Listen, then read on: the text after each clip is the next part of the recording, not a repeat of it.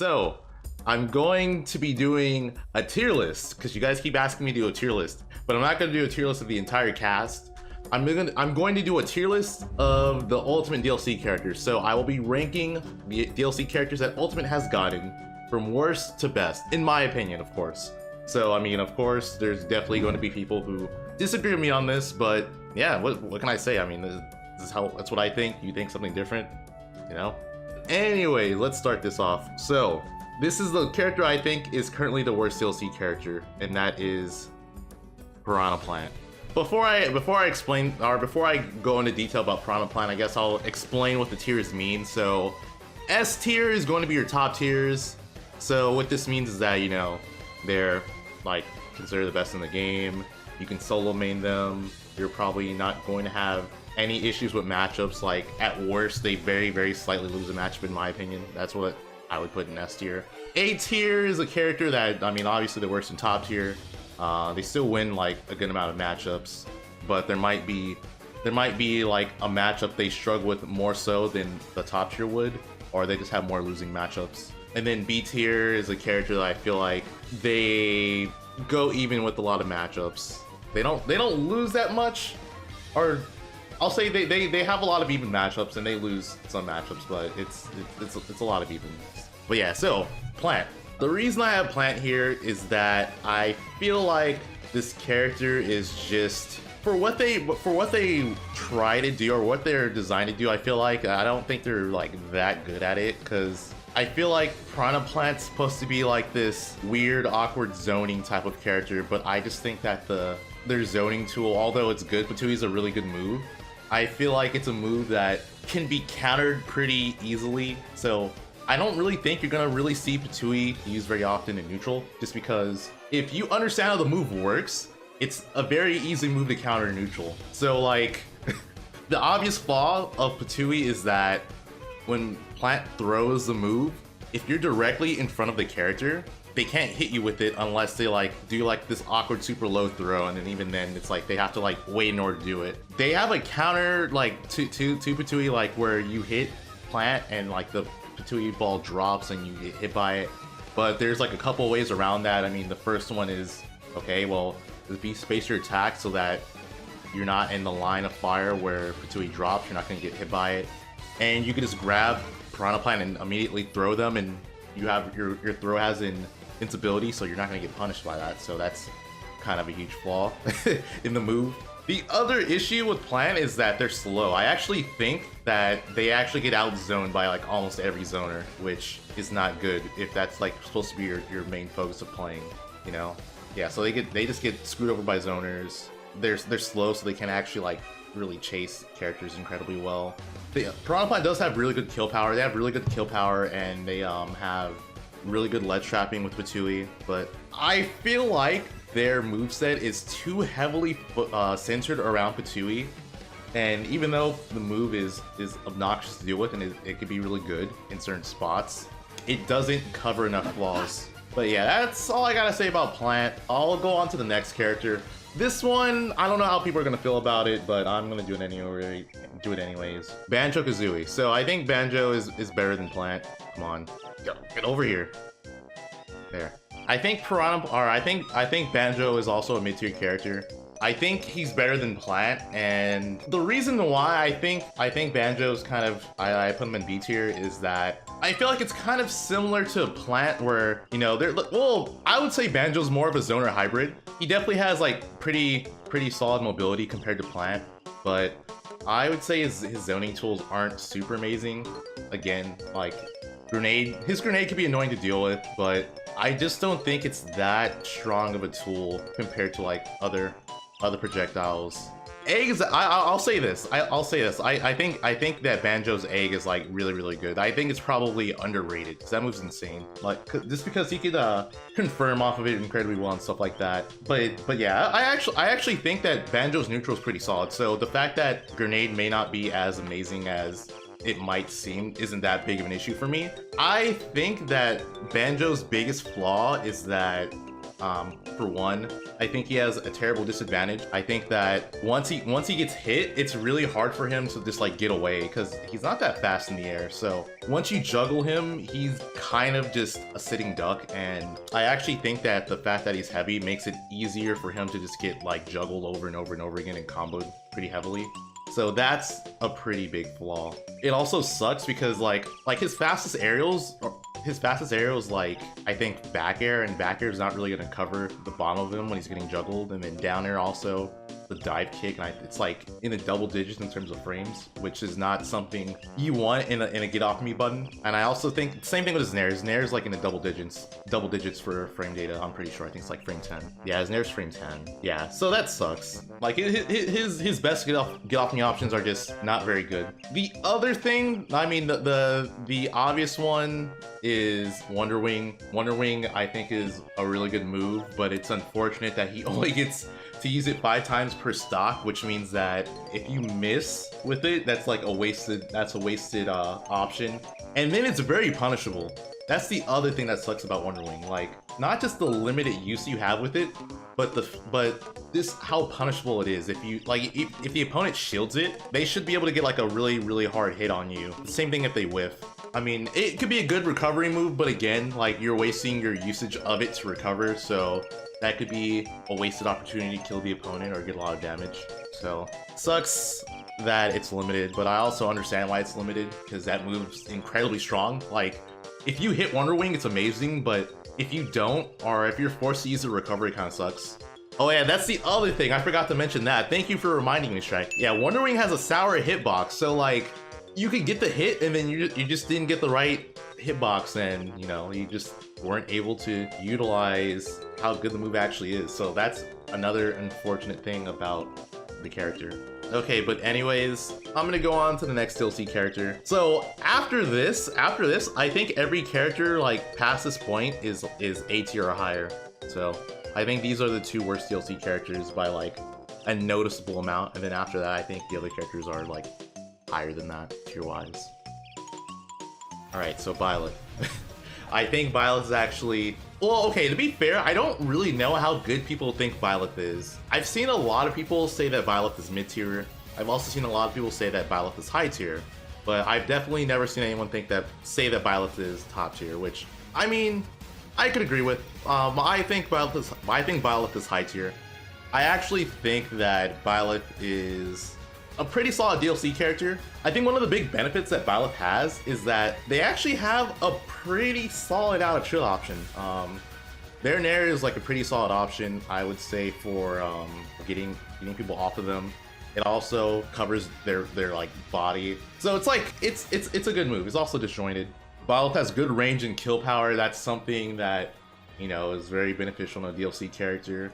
I want to say they also have the best tether recovery. Like, not only does their up B reach incredibly far, but they also have the added option to up B into walls, and then they could like go higher off of that. So that's really good. And then their up B can also be used to kill opponents at low percents if they like mess up edge guarding them, because you can get spiked by their up B, which I think is also another added benefit. And then of course they have really good range. Sakurai called them the distance demon, which, I mean, there's definitely a DLC character that is more demonic with their range than Byleth, but we'll talk about that one later. I wouldn't say their projectile is like super amazing, but it's definitely usable, you know? It's definitely usable. Good range, good kill power. I would really say the only, the biggest flaw I see with Byleth is that they're incredibly slow, but even then, I wouldn't say it's that bad, just because the range they have and their range is really good. I think it's really difficult to actually get it on Byleth because they have not only good range but good like frame data on their attacks. So like, you're not just going to just like push buttons on them consistently, because they have like the buttons to get you off of them and then like keep you at bay. So I would say it's like a really good trait to have in a character, especially if that's like their flaw. So I feel like they have like a good balance of strengths and weaknesses, but obviously they're like, I put them in this spot, so they clearly have more strengths than they do weaknesses. So there you go. All right, so next character, Terry. I think Terry is, I would put Terry here, and I feel like I feel like Terry is definitely, in my opinion, he's like the best fighting game character, whatever you want to call him. He's not a Shoto, so I'm not going to call him a Shoto. But he's like the best fighting game character in Ultimate. He has pretty good damage output. He's pretty quick. I would say in terms of neutral, he's also better than both Ken and Ryu because his forward tilt's absurd. In case you guys don't know, his forward tilt has invulnerability frames on his leg, so he's basically his forward tilt's basically a sword. So yeah, good damage output. Of course, I'm just gonna say it. Locust is probably gonna be smiling, but jab power dunk is a pretty good option. It's also pretty good at shield poking. So like if the opponent's shield is slightly damaged, you're gonna get like a decent shield poke out of that. Good kill power, good confirms. I think that's another thing that I need to bring up about Terry. He has pretty solid confirms that can kill pretty early. And then of course he has like, he can cancel his moves into special, like you do Nair, Burning Knuckle, you down tilt Burning Knuckle, all this other stuff. I feel like, oh well, okay, before I get to the flaws, I also have to bring up his freaking X Factor, which is Go, which is absurdly good. Basically, if you get Terry to 100%, he gets Go, which gives him the ability to do like super moves, and those can kill really early. He gets unlimited usage of it, so it's like basically Wonder Wing on crack, if you want to think of it like that. But like, you know, he has like the downfall that has to be like at a really high percent in order to get it. But again, you get unlimited usage of it, so you can consistently combo into it if you know the confirms and stuff like that. So that's really good. I think that Terry's biggest flaw, well, I think he has two like surprisingly like big flaws. One of his flaws is like his recovery. His recovery, although I will say it's not as bad as people think it is. Cause like even me, like initially I thought like his recovery was just like a slightly better Mac recovery, but no, his recovery is definitely better than that. He has some pretty solid mix-ups. Of course, he can do EX Power Dunk, which gives him invulnerability frames and makes it like harder to hit him down in certain spots. And he has EX Rising Tackle as well, which does the same thing. And he can like magnet pretty low at the edge. He also has like a really good directional air dodge. So yeah, he has pretty solid options to like avoid getting edge guarded, but his recovery is still very edge guardable. Like I'm not gonna kid myself and say, oh, like you can't edge guard this character. No, you obviously can. It's just like better than expected, I would say. I think Terry does a really good job of getting opponents or punishing opponents like getting off the ledge. But I think he has a hard time getting some characters off the ledge. Like if a character has a low ledge hang, it could be really hard for him to like pressure the opponent to get off. So like some characters don't get hit by his down tilt. It definitely depends on the character. Like it's a matchup to matchup thing. So I'm not gonna say it's like a consistent flaw, but it's definitely a flaw that he has on certain matchups where if the character has a super low ledge hang, he can't like force them off the ledge. It's pretty annoying. But yeah, again, pretty good character. Like not much I can complain about regarding that. Okay, next character. This is probably going to be a character that people weren't expecting me to put as high as I do, but yeah, I think Hero is like pretty good. Hero is a character that is just he's the most RNG character in the game. I don't think there's any way to get around it. He's just super RNG. Like, but then here's the thing about his RNG. His RNG is just good. Like his menu items, his menu moves, most if not all of them are pretty good. Like what, the worst one's probably Kaklang or something like that. He has a really good moveset. He also, in my opinion, has the best projectile in the game, which is Kaboom. That move's ridiculous. If you never looked at the hitbox on Kaboom, I highly recommend looking at it. It's absurd. Like the win box, stuff like that. So yeah, like menu is definitely like a huge aspect of the character. But if used properly, it's really difficult to combat because you have to be reading the hero's menu, and then you have to also keep in mind he has a choice to not use the move and whatnot. Recovery wise, it also helps them because whenever Hero's near the blast zone, if you guys don't know this, Hero has a higher chance of getting zoom. So like I feel like at a certain spot you're almost always gonna get zoom as long as you're like high enough. Like high enough in the air and like close to the blast zone, so you can just abuse that and, you know, zoom. And trying to punish Hero for getting a zoom recoveries is really hard because it's just random where he's gonna like land at, so you have to guess where he's gonna be at, and then you're probably not. So there's that. He also has the ability to crit on his smash attacks. And if he crits on his smash attacks, that's just like, you're probably gonna die. You're either going to die at a ridiculous early percent, or you're just gonna take a lot of damage. Most likely you'll get killed by it. I guess I should also mention his shield break, because I mentioned Minion already. So he has the ability to break shields with getting Oomph and Psych Up. Like if you get that, that's like pretty much an auto shield break on most of his attacks. I don't say most, it's like a good amount of his attacks will just auto shield break once he has that.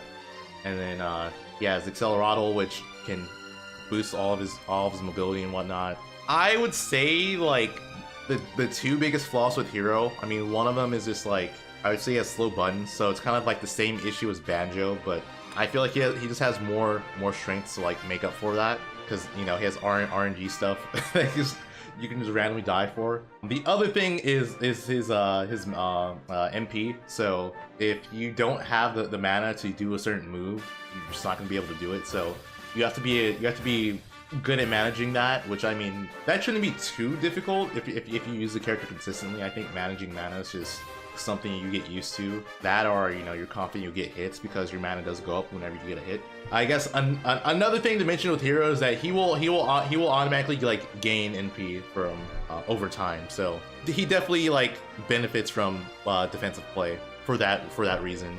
This is going to be the last character I put in A tier, and it's going to be Steve. So this to me, honestly, this is a character that it's actually really difficult for me to like 100% accurately determine how good I think the character is, because I feel like there's too many factors. There's too many factors with this character, but I feel confident in saying I feel like he's at least up here. I could see him going higher. I don't think he's mid-tier like Isol thinks. Well, Isol thinks he's like one of the worst characters in the game. I don't think he's that bad. Steve is slow. That's like definitely like his biggest flaw, but he has absurdly good frame data. He has pretty positive moves on shield, which that's very scary. I will definitely talk about characters having positive moves later.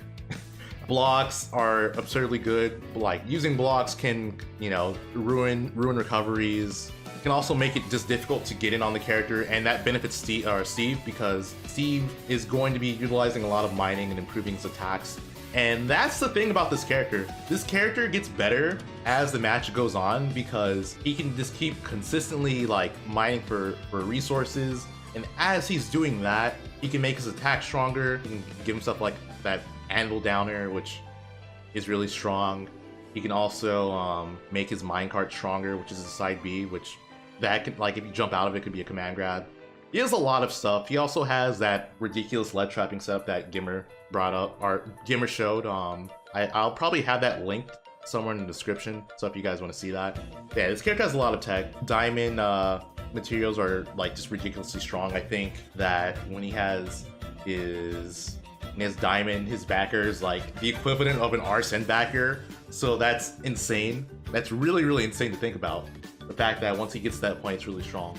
I would say the biggest flaw with Steve is just that, I mean, for one, slow, and then the other one is that you have to like be able to mine his materials in order to get to that point. Because if you're not mining materials, you're not going to be that strong with the character. So it's pretty difficult to really benefit from how good the character can be if you're not utilizing, like, digging up the resources with them. Mining materials with Steve's really good. I guess I'll bring up Gold, because Gold's like also, it's not as strong as Diamond knockback wise, but it's really fast. Like some of his moves become faster, so they have more startup, or they have less startup. I think they also have less end lag, so that just means they're safer on shield as well. So when you have Gold, or when you're using his Gold weapons, it's like the safest his attacks can be. But yeah, that's all I'll mention about Steve. Let's get on to the characters I think are top tier. Sephiroth. This is a character that I think is going to be really good when offline comes back. I think he's going to be an incredibly strong character. He is really fast for like the amount of range he has, so that's pretty scary. The fact that he can move so fast, I think that's pretty big. What makes his range so good is that it makes moves that would seem like they're not very safe, pretty safe on shields. So like, I guess for example, forward tilt, if Sephiroth spaces a forward tilt on someone's shield, I'm like 90% sure that every character in the cast, like no character can punish Sephiroth spacing a forward tilt on their shield. Like, absolutely no character like has the frame data to punish that unless they parry it. They have to parry forward tilt. That's like the only way to punish it. And then even then, there's some characters who may not be able to do that. I actually do think he's the best. He's going to end up becoming the best edge guard in the game because the range he has combined with his mobility just means that he doesn't really need to like go out super far in order to get hits. He also has really good two framing. He has like the Wolf-esque up B with his Octo Slash. I think Octo Slash is a really strong edge guarding tool. It's like one of those moves you can set the opponent up for. So like let's say you're off stage, you force the opponent to go low, and then you're trying to like up B, but they have to get in position to up B. You can Octo Slash, like you can like charge your Octo Slash, and then when they're going up to recover, hit them out of it. And because of what Octo Slash does, you can get like pretty early kills with it. So Octo Slash will always send the opponent in the direction Sephiroth is facing when he does it, and they'll always be sent like in a horizontal angle. So it's like wolves. So if you up B vertically and you're facing right, and you know they're gonna go right. If you're facing left, they're gonna go left. So that's a pretty strong option. Of course, he has his Mega Flare, Giga Flare. He has those things that can do a really good job of ledge trapping. He has some pretty solid shield break potential, and then if he breaks your shield, he can kill you at 0. Like legit, you just die at 0. So that's also really scary. And this character's still new, and I feel like his meta is not fully developed. But I think once it does, he's gonna be just a very frightening character. Oh, I forgot to mention that. Why do I always forget his counter? He has like, okay, I think Sephiroth has the second best counter in the game.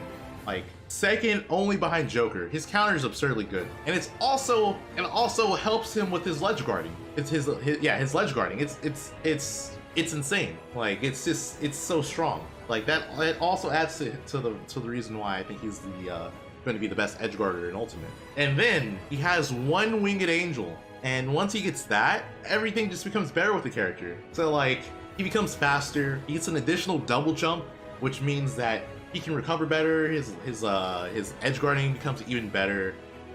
He does more damage, which also equates to him like doing more knockback because of the increased damage. His smash attacks have super armor. That's pretty insane. So he like has Mac powers now. He has the power of Mac on his side, and he has like range. He has more range. It's stupid. Oh yeah, I'm pretty sure because of the added damage that one winged angel gives you, his attacks also become more safe on shield. I'm pretty sure. Really ridiculous like strengths. So downsides. His biggest downside is his weight. He is the same weight as Pikachu and Mewtwo, so that sucks. He could die really early. So what that means is that if you're not able to just avoid getting hit with strong kill moves at certain percents, you'll die early. You won't even be able to use one winged angel. He's also really big, so I feel like that makes him just like a bigger target. It's kind of like the Mewtwo effect, where you're light and you're small, except I think Sephiroth just has more benefits, or he has more benefits to him. The other issue, which this one I don't think will be as bad as people may think, but he doesn't have fast buttons, so it could be hard for him to get people off of him. But I think that he can kind of mitigate that issue with his mobility, because he's pretty fast. He has pretty good mobility. He also has, I would say, a pretty solid landing mix-up with his up B, because he can up B and like he can kind of mix up his landing with that. So I don't think that issue will be as bad, but we'll see. But yeah, anyways, I'll go on to the next character. Japan's favorite character, Min Min. This is the character I currently think is the second best DLC character, and I honestly think she could become even better than that. I think she has a lot of potential. Min Min has ridiculous range. It's like, imagine Sephiroth range, but the ability to move and jump while doing that. That's just crazy. So she has the ability to move and jump while doing that. She also has the added benefit of having like an added mix-up to her moveset with her arms. So what I mean by that is she can throw out one arm, and then while moving and jumping, she could also throw out her other arm. I mean, unless you do a smash attack, a grounded smash attack, then you can't move. But yeah, move and jump, and you have the mix-up to like throw out your other arm. Min Min's forward air and back air, if spaced properly, can be positive on shield, which is really insane, because it already has really good range, but it also it can be positive. So that's pretty scary. And I think this character is going to cause a lot of upsets. I think she's really good. Like the other characters I mentioned that have like pretty solid range attacks, like minus Sephiroth, she has pretty good buttons up close. She actually has, what, a frame 4 jab. She has a good down tilt, which is fast and also can lead into combos, like mainly up smash. Her up smash is frame 7, so that's a pretty solid out tilt option. Solidly fast aerials. The best 2-framing in the game, in my opinion. Like, the fact that I'm not even gonna, yeah, she can 2-frame stupidly well. Like, just look at a video of a Min 2-framing, it's insane. She can also make her kill power significantly stronger by switching her arms. So she has the ability to switch to an arm that has, I guess it has like an anti-airing range, but it also has less cooldown. Or she could switch to an arm that I think could be safer on shield, and it also has more knockback. So you just, yeah, you can just kill really early with her. She also has a really good combo game. Don't let people fool you. Her combo game's actually like busted in certain points. I analyzed a video where Protoban had nared a Lumac and then he comboed into like a combo kill like 0 or something like that. So he has a really good combo game. The biggest flaw with Min Min, in my opinion, is her recovery. I think even though she has options to avoid getting edge guard in certain spots, there's definitely moments where she can be like killed at low percents, and it's pretty unavoidable for her. But I think that situation doesn't come up as often as you would think. I also think she can have issues landing. I'm not gonna say that she has issues getting people off of her on shield, but she could definitely have issues juggling or getting juggled. And I think it's something I haven't mentioned before, but I definitely think that juggle-wise she can have issues. But yeah, so that's currently the character I think is the second best DLC. And for the best one, I think it comes with no surprise that it's Joker. This character is really good. It's good combos. He has good low percent combos. Like, people complain about Falco cutscene combos, but Joker can also have some cutscene combos. Joker has some insane cutscene combos. He has really good combos. Really good combos. He also has a pretty solid projectile. Like, his A-high, I would say, is really good because it sends at an angle that, yeah, it just sends at like an annoying angle. Like, you wouldn't think it would be as good, like, regarding the angle, but it is. Because it could also hit short characters. I think that's what helps. So, it sends at a low angle. I'm pretty sure it can hit below the ledge, so there's that. I think it does like 12% or something, so it's solid damage. Gun is ridiculously good. It's like an incredible edge guarding tool.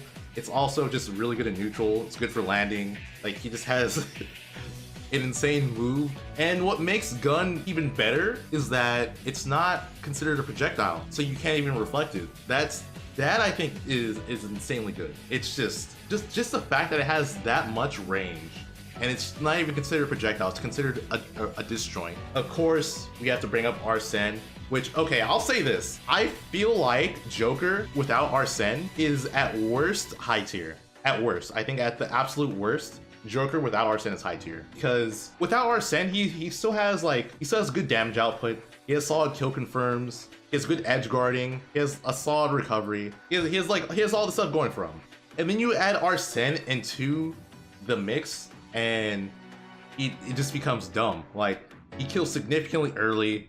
His combo game's still good. It's just like he has like more added damage on top of that. His projectile becomes better. His neutral B becomes better. He ends up having the best counter in the game, in my opinion. If you have not seen the Tetrakarn hitbox when he counters, look it up. Go on ultimateframedata.com and look up the Tetrakarn hitbox. It's stupidly big.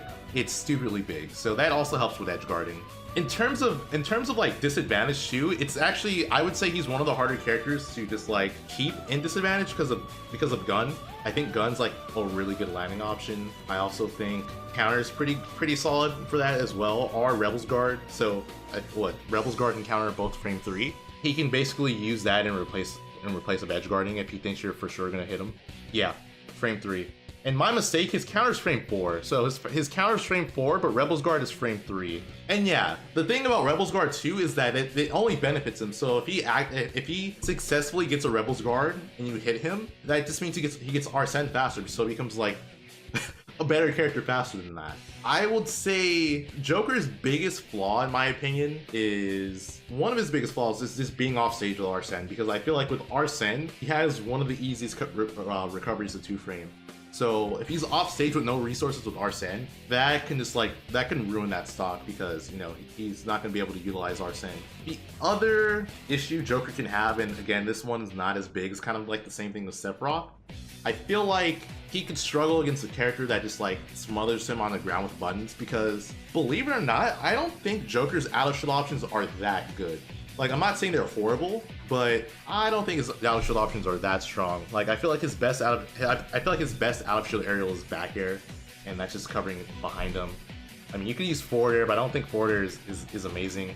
And then that just leaves shield grab. So in a lot of spaces, as Joker, you're gonna be holding shield a lot and just wait for your turn, or just wait for a chance to like run away and like reset neutral. You're not really going to try and reversal someone out of shield as often. But yeah, that's my list for the best DLC characters in order. Leave a comment below about how wrong you think I am, or right, because there might be the rare case where you think I'm really right about the tier list, even though I'm doubtful. I'm pretty doubtful you guys will actually agree with me on this, but I'd love to hear your comments. If you like this video, you like this content, please give it a like. And if you're not yet subscribed to my channel, please do so. It helps a lot. I think I'm currently at 70K subscribers, or over 70K, so it'd be awesome to get to 100K for the year ends.